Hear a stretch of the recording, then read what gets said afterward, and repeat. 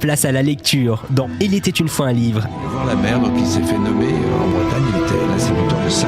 Avec Nathalie Ramage sur Fréquence 8. Bonjour à tous et à toutes. J'ai le plaisir aujourd'hui de retrouver notre invité qui est à l'honneur cette semaine, Saskia Helmunt, pour parler autour de son livre, parce que le thème abordé dans ce livre, La tentation du retour, est un vaste thème qui peut tous nous concerner. Il est édité chez Les Perséides. Donc, bonjour Saskia. Bonjour Nathalie. Donc, depuis le début de la semaine, on parle de ce livre, La tentation du retour.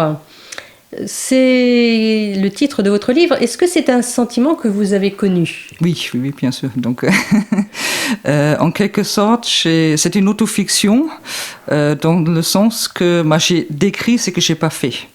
Voilà, donc moi je ne suis pas retournée, donc l'héroïne du livre retourne en Allemagne de l'Est, ne sachant pas si elle va rester ou pas, mais elle a besoin de retrouver ses racines après une rupture sentimentale. Voilà, et donc j'ai imaginé en quelque sorte si moi je le faisais, voilà. Donc je me suis trouvé un travail là-bas, j'ai imaginez qu'est-ce que je vais retrouver, qu'est-ce que je vais aimer, qu'est-ce qui va me surprendre, qu'est-ce qui a changé, etc. Donc, oui, parce que c'est un roman. Donc, c'est un roman, voilà. L'histoire est inventée. C'est pas une autobiographie, non. Même si vous y avez mis beaucoup de vous. Voilà. Mais ça reste un roman. On a dans votre livre, donc, on sent aussi la passionnée d'histoire. Oui. Donc, vous venez d'une région, d'un land qui s'appelle la Thuringe. Voilà. Ou la Thuringe. La Thuringe. Oui. Que vous décrivez de manière très attractive, je dirais. À la lecture, je me suis dit, ça doit être en tous les cas une région très riche en histoire. Oui. Où vous dites qu'elle a eu quand même... La ville où se passe votre livre, c'est Naumburg. Voilà. Donc qui est dans le land d'à côté. Voilà, c'est ça. C'est le land c'est le land qui s'appelle Sachsen-Anhalt. Ouais. Voilà. Vous dites quand même que c'est une ville qui est très très riche en patrimoine. En patrimoine. Est-ce que ça tient au système de l'ex-RDA, le fait d'avoir conserver autant ces vestiges, ou bien c'est les heureux hasards de l'histoire où l'ex-RDA a peut-être été moins touché par les aléas de l'histoire et donc des vestiges historiques qui datent, vous dites, du Moyen-Âge. Alors c'est vrai qu'il y a des régions comme ça où le patrimoine historique est plus fort que dans d'autres. Oui. C'est le cas pour l'Allemagne de l'Est, là ? Donc là, pour cette région-là, Naumburg n'a pas eu beaucoup d'industrie et du coup, ça n'a pas été beaucoup bombardé. Donc en fait, en Allemagne, c'est ça toujours la première raison, s'il y a encore du patrimoine des maisons anciennes, est-ce qu'une ville a été bombardée pendant la guerre ou pas ? Et donc Naumburg, très très peu, pratiquement pas, parce qu'il n'y avait pas des usines qu'il fallait détruire pour l'histoire des guerres. Donc ça, c'est une chance que cette ville a eue. Après, la RDA a préservé des choses en les utilisant, c'est-à-dire des châteaux, des manoirs, des choses comme ça. C'est devenu propriété du peuple. Et donc, on a installé, j'ai vu un château, il y avait des appartements, tout simplement. On a mis des orphelinats, des auberges de jeunesse, des écoles, des hôpitaux. Ouais, il y avait, j'ai vu ça aussi. Donc on a quand même aménagé à l'intérieur, mais du coup on a entretenu les murs, quoi. C'était occupé, donc ça se dégradait pas. Voilà. Par contre, pour le centre-ville de Naumburg, donc je pense le centre-ville aujourd'hui c'est beaucoup plus joli qu'il y a 30 ans ou 40 ans, parce que la RDA n'avait pas forcément les moyens d'entretenir beaucoup le patrimoine. C'est-à-dire il y a des façades qui étaient beaucoup de façades qui étaient restaurées après la réunification. Donc à Naumburg, donc, il y a donc le centre-ville, c'est des maisons Renaissance et baroque surtout. Et il y a toujours quelques-uns qui ne sont pas restaurés. Parce que peut-être on ne sait pas qui est le propriétaire, ou les propriétaires, c'est des petits-enfants, des neveux, donc qui ne se mettent pas d'accord entre eux, quoi faire avec la maison. Donc c'est ça qui est assez étonnant, mais typique pour l'Allemagne de l'Est. Vous avez maintenant des centres-villes splendides restaurés, mais de temps en temps, vous avez une maison qui n'est pas habitée, qui est à l'abandon et qui mériterait d'être restaurée. Pour moi, c'est quelque chose de typique pour l'Allemagne de l'Est. Donc c'est vrai que donc vous êtes aussi historienne de formation. Oui. Ça se sent bien évidemment à la lecture du livre, puisque quand votre héroïne passe ou va dans une ville, on a le droit à toutes les époques de construction. En plus, vous avez quand même, au niveau des personnalités, on rencontre Bach, oui. On rencontre Nietzsche. Oui. Enfin, vous avez aussi, vous avez intégré, c'est très très culturel, très oui. Historique, très identitaire en fait. Vous avez vraiment voulu tout y mettre, quoi. Oui. Donc je voulais justement transmettre que c'est une région tout à fait intéressante où il y a plein de choses. Où Bach est né, a travaillé. Nietzsche est né pas loin de Naumburg, et il y a une maison Nietzsche à Naumburg parce qu'il a passé son enfance, et aussi une partie de sa vie quand il était malade. Également, il est à nouveau revenu à Naumburg. Il y a Goethe, le plus grand écrivain classique qui a habité à Weimar, donc en Thuringe. Il y a Luther, qui est aussi né en Thuringe, qui a déclenché la réforme à Wittenberg, qui se trouve aussi dans le Sachsen-Anhalt, pas loin de Naumburg. Donc c'est vraiment un terreau de culture, de pensée, très très très riche. Et je sens que moi je porte tout ça en moi. Et donc j'ai envie aussi de le transmettre et de dire justement, c'est intéressant, il y a plein de choses à regarder là-bas. N'allez pas seulement voir les châteaux de Louis II et la Forêt Noire, comme beaucoup de Français font pour l'Allemagne. Allez plus à l'Est. Voilà. Il y a des choses autant intéressantes et remarquables. Et j'essaie aussi, donc j'amène ma fille quand je pars en voyage là-bas. Et donc elle a déjà assisté à je ne sais pas combien de concerts de la musique de Bach, etc. Donc, elle a 8 ans, vous précisez. Donc je crois que ce n'est pas banal, mais j'aimerais transmettre tout ça, que c'est aussi son patrimoine. Voilà. Alors moi je ne suis pas germaniste, je n'ai jamais appris l'allemand. Mais enfin, j'ai été surprise, quand vous parlez de Bach à un moment, qui se promenait près de Weimar, là, dans une forêt de hêtres. Ah non, ça c'est Goethe. C'est Goethe. C'est Goethe ? C'est Goethe. Ouais. C'est Goethe, c'est pas vrai. En fait, c'était surtout parce que je ne savais pas que Buchenwald, ça voulait dire forêt de hêtres. Et je me dis que c'est dommage, c'est dommage d'avoir perverti ce nom finalement, parce que quand on dit Buchenwald, on ne pense pas à une forêt de hêtres. Non, quoi. Non. Même les Allemands, ils ne pensent plus, à mon avis. Non.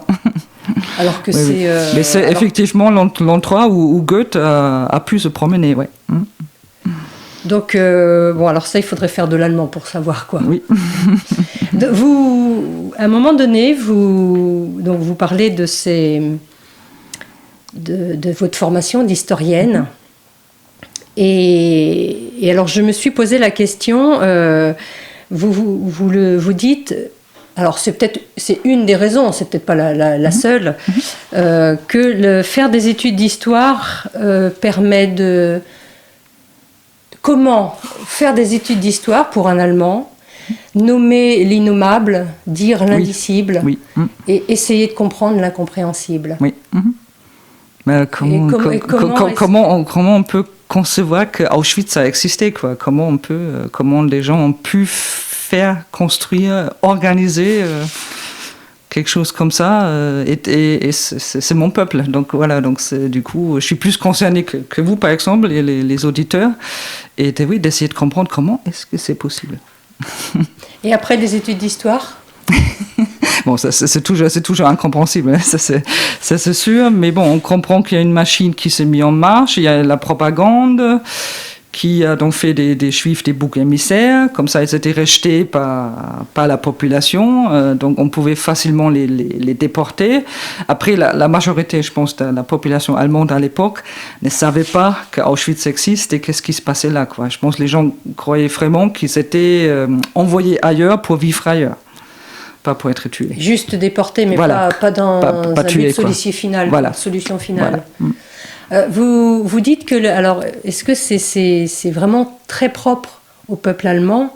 Vous dites à un moment que c'est un peuple qui a pour... pour qui les normes sont très importantes. Oui. Voilà, les normes, c'est comme ça, on déroge pas. Voilà. Et du coup aussi, on n'a pas de responsabilité en quelque sorte. Ça permet de se déresponsabiliser. Voilà, on applique la norme. Parce que c'est comme l'exemple que je prends toujours, le conducteur des trains pour Auschwitz, il a juste conduit un train. On lui a dit d'amener ce train à Auschwitz. Il a tué personne.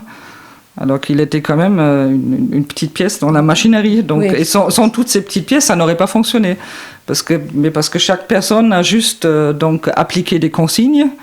Ça pue justement la grande machinerie qui a tué donc des millions de personnes a pu fonctionner. C'est ce que vous dites d'ailleurs, ce respect des normes, c'est vraiment une manière de se déresponsabiliser, et c'est ce qui fait que, à un moment donné, on envoie des convois vers Auschwitz, quoi. Bon. Après, il y a des trains qui sont partis de Drancy aussi, donc il y a aussi des Français qui ont conduit les trains. Donc, voilà. Donc en fait, ce respect des normes n'est peut-être pas propre à l'allemand, quoi. Non, mais c'est peut-être un peu plus fort ou après c'est une impression, évidemment, c'est subjectif. Hein. Mais... le français est peut-être plus rebelle. Quand ça là. Donc voilà, dans ce livre, j'ai vraiment, moi ça a été une vraie découverte parce que je pensais vraiment pas que la réunification avait été à ce point traumatisante pour les Allemands de l'Est. Et quand vous parlez de colonisation, d'humiliation, voire de citoyens de seconde zone, je me dis c'est étonnant que encore, parce que votre livre il se passe à peu près dans les années 2010, quoi. Enfin c'est maintenant en fait. Plus tard 2000. Entre 2000, c'est 2017. Voilà, donc c'est quand même très actuel. Oui, c'est très actuel, oui. Et je me dis, comment est-ce que 30 ans après, on peut encore avoir ce sentiment de citoyen de seconde zone, quoi. Mais c'est pourtant une réalité, oui. C'est une réalité. Donc ça veut dire qu'à l'Ouest, on n'évolue pas ? On n'a pas assez pris en compte, justement, ce que les Allemands de l'Est auraient pu apporter à la RFA, justement leur vécu différent, on l'a dévalorisé au lieu d'en tirer profit. Et ça, il y a eu, c'était au début de l'année, donc 2019, donc quand Angela Merkel avait déjà décidé qu'elle ne va pas se représenter pour les prochaines élections en Allemagne, parce qu'elle vient de l'Est. Mais elle a fait une politique pas du tout tournée vers l'Est, en fait.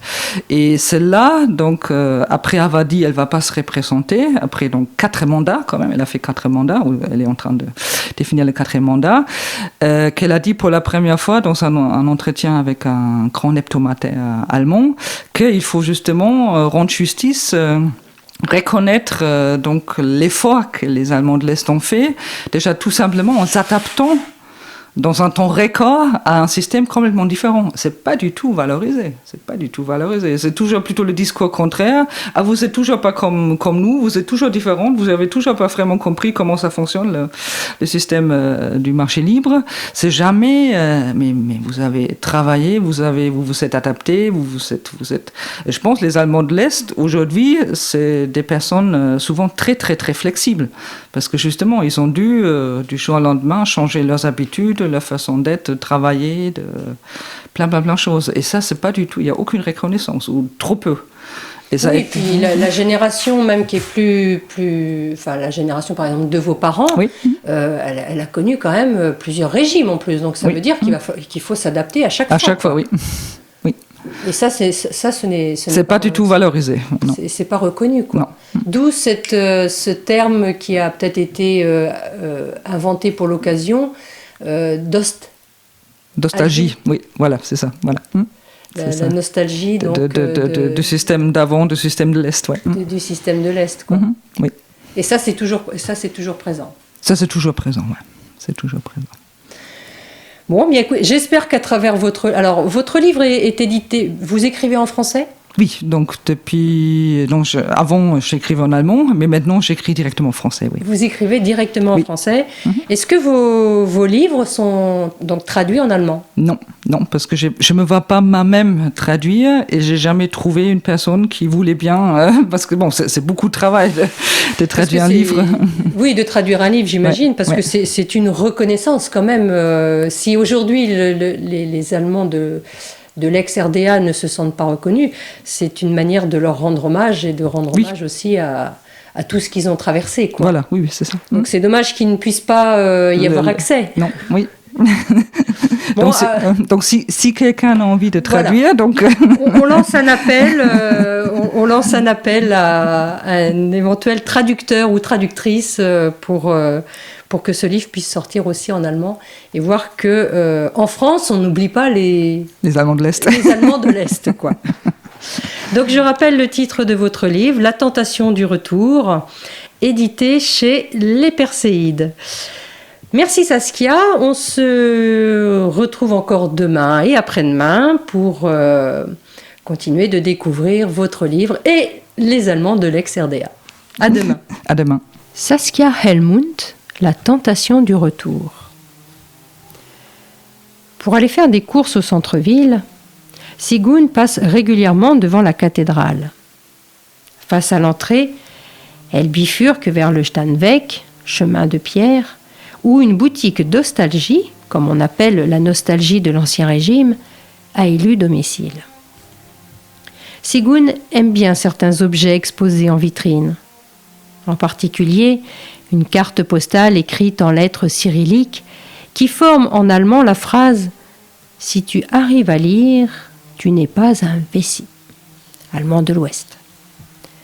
D'habitude, Sigun continue son chemin pour arriver sur une petite placette triangulaire qui touche le Ring, le boulevard des Maréchaux de Naumbourg, construit à la place des anciennes murailles qui entouraient le centre-ville au Moyen-Âge. Sur cette placette, une boutique intrigue Sigun depuis ses visites à Naumbourg il y a quelques années. C'est une échoppe à l'ancienne, fermée par une vitre rectangulaire où toutes sortes de brosses sont exposées. Brosses à cheveux, à ongles, à vêtements, à chaussures, à légumes, à vaisselle. Des blaireaux et des ramasse-miettes sont posés sur la devanture. Des brosses à dos, des têtes de loup et des balais de différentes tailles sont accrochés au mur ou pendent du plafond. Dans un bocal s'entrelacent des pinceaux à cils, à lèvres et à poudre.